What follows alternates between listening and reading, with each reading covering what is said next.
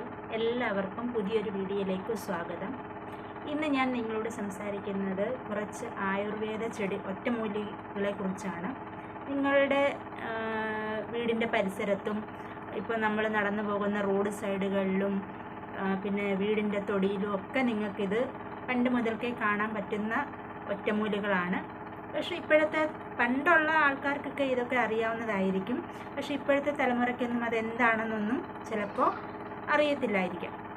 അപ്പോൾ നമ്മുടെ ശരീരത്തിന് ആവശ്യമായിട്ടുള്ള ഒരു സസ്യത്തെക്കുറിച്ചാണ് ഞാൻ പറയുന്നത്. ഇന്ന് ഞാൻ പറയുന്നതെന്ന് വെച്ച് കഴിഞ്ഞാൽ കല്ലുരുക്കിയാണ്. ഇതാണ് കല്ലുരുക്കി. ഇതിൻ്റെ കായും ഇലയും ഇതിൻ്റെ തണ്ടും ഇതിൻ്റെ വേരും എല്ലാം നമുക്ക് ഉപയോഗപ്രദമായിട്ടുള്ള ഒന്നാണ്. ഇത് നമ്മൾ റോഡ് സൈഡുകളിലൊക്കെ നല്ല കട്ടിയായിട്ടാണ് ഇത് നമ്മൾ മണ്ണിനടിയിൽ നിൽക്കുന്നത്. നമുക്കിത് പിഴുതെടുക്കാൻ വലിയ പ്രയാസമാണ്. അപ്പോൾ ഈ ഒരു ചെടിയെക്കുറിച്ചാണ് ഇന്ന് നിങ്ങളോട് ഞാൻ സംസാരിക്കുന്നത്. കല്ലുരുക്കി എന്ന് പറയുന്നത് ഒരു നാടൻ സസ്യമാണ്.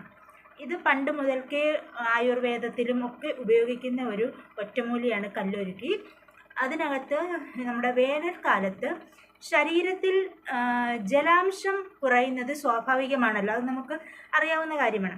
പക്ഷേ അതനുസരിച്ച് നമ്മൾ വെള്ളം കുടിക്കുക എന്നത് മാത്രമാണ് പ്രതിവിധി. മൂത്രത്തിൽ കല്ല് എന്ന് പറഞ്ഞാൽ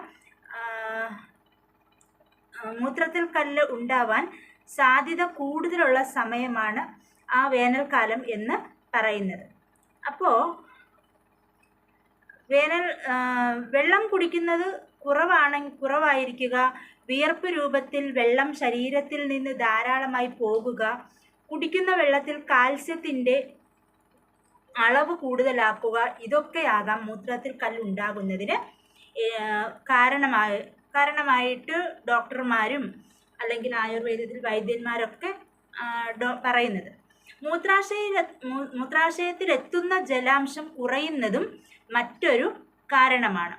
ഇതിനൊക്കെ പലതരത്തിലുള്ള മരുന്നുകൾ ഉണ്ട്. പക്ഷേ നമ്മൾ അലോപ്പതി നോക്കുന്നതിനേക്കാട്ടിൽ നല്ലതും, അലോപ്പതി ഞാൻ കുറ്റം പറയുകയല്ല, എങ്കിലും നമുക്ക് ആയുർവേദവും നമുക്ക് പരീക്ഷിക്കാവുന്നതാണ്. അപ്പോൾ അതിൽ ഏതെങ്കിലും ഒന്ന് നമുക്ക് വിശ്വാസമുള്ളത് നമുക്ക് കഴിക്കാവുന്നതാണ്. അലോപ്പതിയോ ആയുർവേദമോ ഹോമിയോപ്പതി ഏത് വേണമെങ്കിലും നമ്മൾ കഴിക്കാം.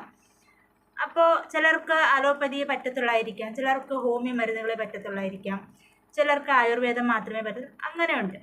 അപ്പോൾ ഇത് നിങ്ങളൊന്ന് പരീക്ഷിച്ച് കഴിഞ്ഞാൽ നിങ്ങൾക്ക് ഇത് ഒരു പരിധി വരെ നമ്മുടെ ശരീരത്തിൽ മൂത്രത്തിലെ കല്ലിനെ നമുക്കത് അലിയിച്ച് കളയാൻ നമുക്ക് സാധിക്കും. ഇതിട്ട് തിളപ്പിച്ച് ഇതിൻ്റെ ഇല, വേര്, കായ ഇതൊക്കെയാണെങ്കിൽ നമ്മൾ വെള്ളം തിളപ്പിച്ച് കുടിച്ചു കഴിഞ്ഞാൽ ഏറ്റവും നല്ലതാണ് ശരീരത്തിന്. വെള്ളം ധാരാളം കുടിച്ചെങ്കിൽ മാത്രമേ ആ മൂത്രത്തിലെ കല്ല് അലിഞ്ഞു പോവുകയുള്ളൂ. എന്ന് പറഞ്ഞാൽ മലയാളത്തിൽ ഋഷിഭക്ഷ എന്ന പേരിലും ഈ സസ്യത്തെ നമ്മൾ അറിയപ്പെടുന്നു. ഈ സസ്യം എന്ന് പറഞ്ഞാൽ കല്ലുരുക്കി, ഇതിനെ നമ്മൾ അറിയപ്പെടുന്നു. ഈ സസ്യത്തിൻ്റെ സംസ്കൃത നാമം എന്ന് പറയുന്നത് ആസ്മാഗ്നി എന്നാണ് ഇതിനെ പറയുന്നത്. ആസ്മാഗ്നി എന്ന് പറഞ്ഞാൽ ഏകദേശം 30 സെൻറ്റിമീറ്റർ പൊക്കത്തിൽ വളരുന്ന ഒരു വാർഷിക സസ്യമാണ് കല്ലുരുക്കി എന്ന് പറയുന്നത്. ചെറിയ ഇലകളാണ് കേട്ടോ. ഇതിനകത്ത് തന്നെ ചെറിയ ചെറിയ ഇലകളാണ്, ചെറിയ കായുമാണ്. ഇതിനകത്ത് ചെറിയ വെള്ളപ്പൂക്കളും ഉണ്ടാവും. ചെറിയ ഇലകളാണ്.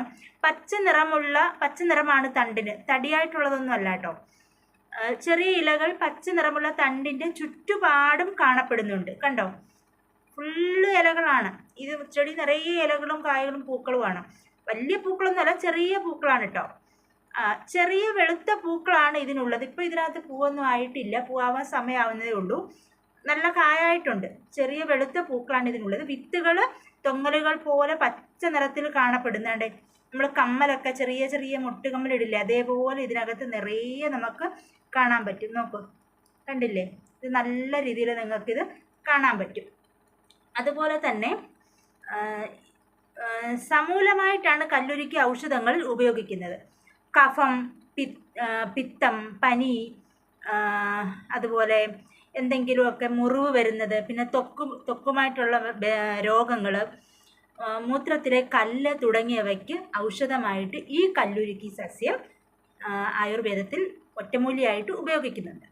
അതുപോലെ തന്നെ നമ്മൾ ഇതിപ്പോൾ എങ്ങനെയാണ് ഉപയോഗിക്കുന്നതെന്ന് ഞാൻ പറഞ്ഞു തരാം.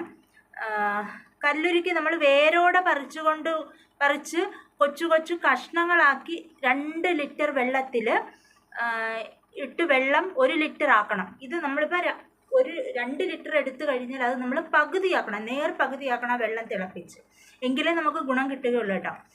അത് വറ്റിക്കുക. എന്നിട്ട് ഈ പാനീയം ദിവസം 4-5 തവണ 2 ആഴ്ചയോളം കുടിച്ചാൽ മൂത്രാശയ കല്ല് അലിഞ്ഞു പോകും.